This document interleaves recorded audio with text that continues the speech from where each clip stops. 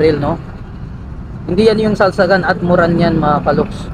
Ito naman ay Gumamela Shellis na pinaniniwalaan mabisa pangkalahatan na din sa paswerte at sa sa negosyo, maging sa pangontra na rin, at tikom bibig or co-op. Ito, tikom bibig co-op. Yan, mas maganda nito yung kalog. Ito pang tikom bibig. At ito bahay, ang dami niyang bahay, oh. Yan, pangontra sa mga nahilo o nalason. Yan. At meron din siyang mga pao na isang mata, isang bibig.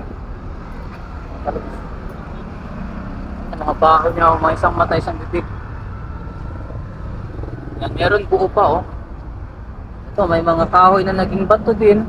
Yan, pangsangkap din. Yan. Meron malalaki mga kristal, oh.